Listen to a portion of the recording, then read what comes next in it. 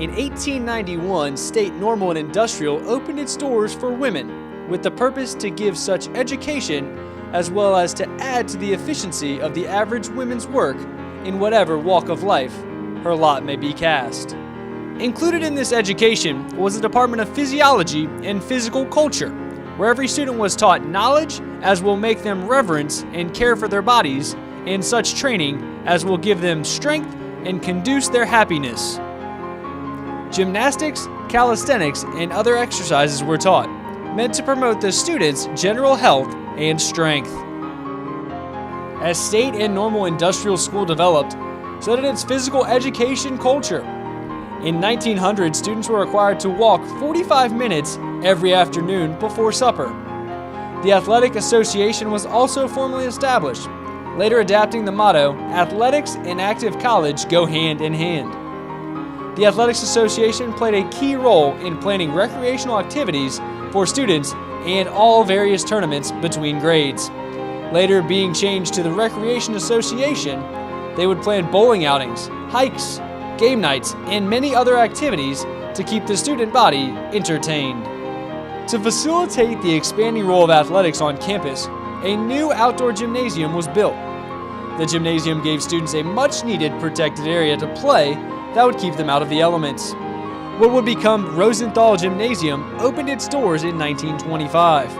The new building housed 2 gymnasiums and a pool, as well as other various administrative offices and activity spaces.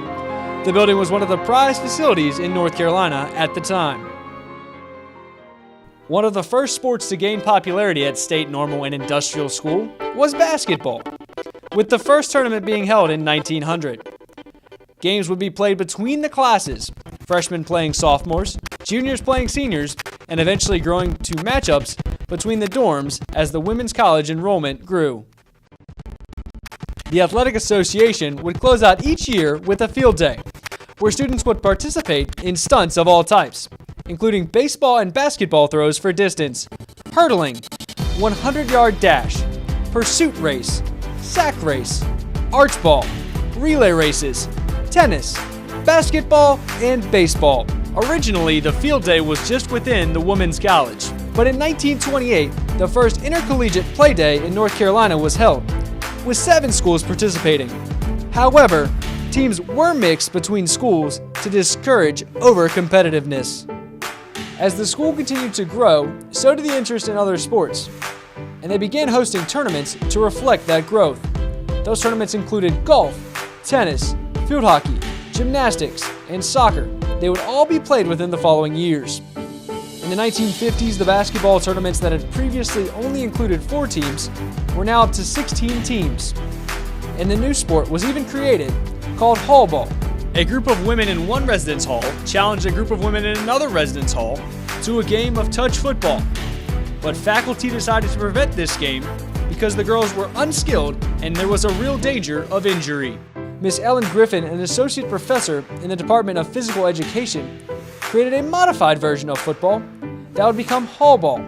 Hall ball grew extremely popular with the girls, and in 1953, it would become part of the physical education curriculum. Another sport that became extremely popular was golf, and the women's college would end up hosting the 10th National Golf Tournament at Starmount Country Club in 1954. Women's college was also home to 2 of women's golf's pioneers in Marge Burns and Carol Mann. Burns graduated in 1946 and would go on to win 10 amateur championships and 5 Teague Awards, given to the most outstanding amateur athlete in the Carolinas. In the 60s, Mann attended UNCG before turning professional. Mann would end up being a driving member of the LPGA and serve as the president from 1973 to 76. Being a pioneer in both broadcasting and the business of women's golf. In her playing career, Mann collected 38 wins, including 2 major championships.